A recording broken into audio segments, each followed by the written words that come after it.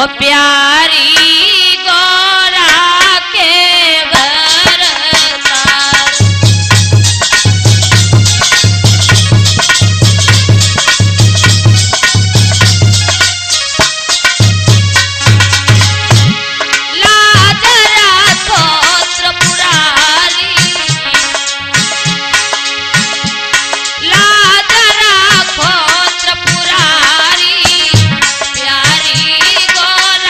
के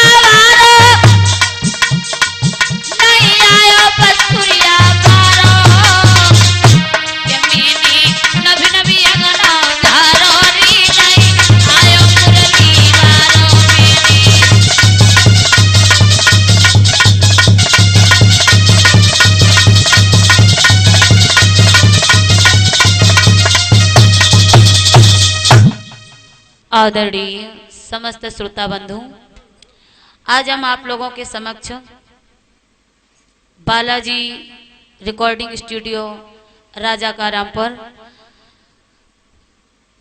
के माध्यम से लेकर के चलते हैं शकुंतला दुष्यंत के बारे में।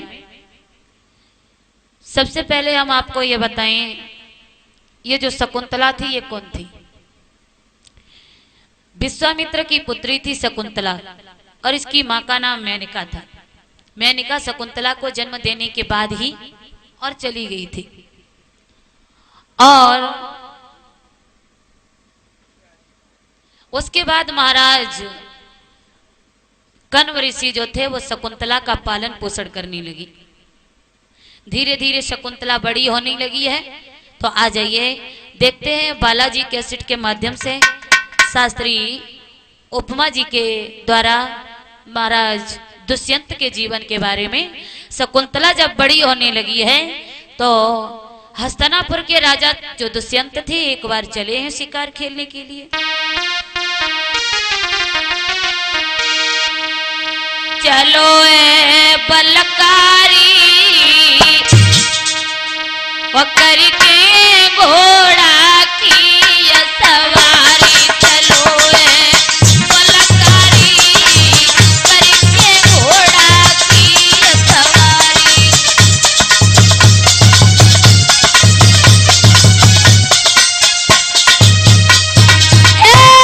चलो ए बलकारी करके घोड़ा की सवारी,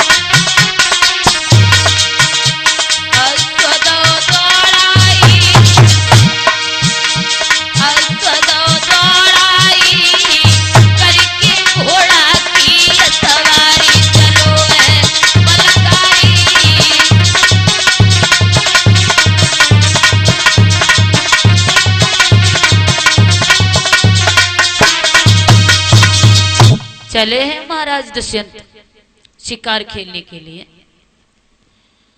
चलते चलते बहुत दूर पहुंच गए जहां पर महाराज कण्व ऋषि के आश्रम पर शकुंतला घूम रही थी।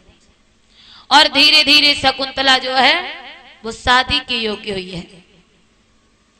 जैसे ही महाराज दुष्यंत ने शकुंतला को देखा, विचार करने लगे कितनी सुंदर ये लड़की है। अगर हमारी शादी इसी के साथ हुई होती तो जिंदगी जीने का तरीका ही कुछ और होता। विचार आने लगे कितनी सुंदर है ये लड़की। कह जा तो फूल नकीरे फूलवारी है तो बात रही तुम्हारी है।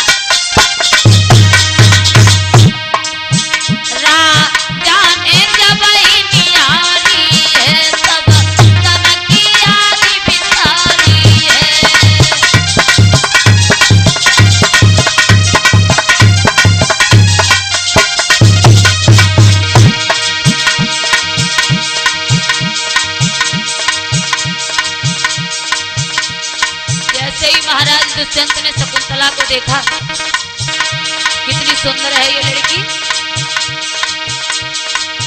अरे गोला चेहरा चेहरा पिटिया को जुल्फे नागिन तीरी लहरा। अरे बात करम पे के खुलती पति सी वांगा हो पूरा कविता।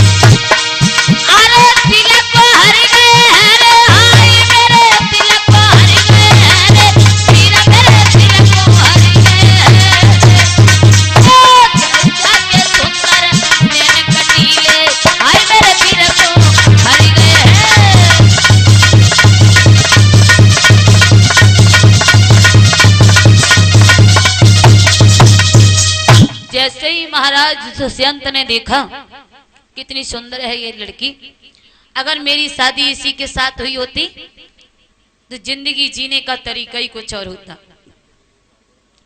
शकुंतला को देखने के बाद महाराज दुष्यंत खड़े के खड़े रह गए, और जब शकुंतला भी इधर देख रही थी, विचार करने लगी ये राजा इतनी देर से खड़े हैं, चलो चल के इनसे कुछ बात पूछें। शकुंतला आगे बढ़ी, दुष्यंत की तो हिम्मत नहीं पड़ी बोलने की, लेकिन शकुंतला खुद आगे बढ़ी और बोली महाराज दुष्यंत से, महाराज आप बहुत दूर से खड़े हैं, हमें एक बात बता दीजिए, आपका क्या कोई ऐसी कीमती चीज खो गई है जिसके इंतजार में खड़े हैं आप? पूछने लगी कि वो समझी गई अपने मन में,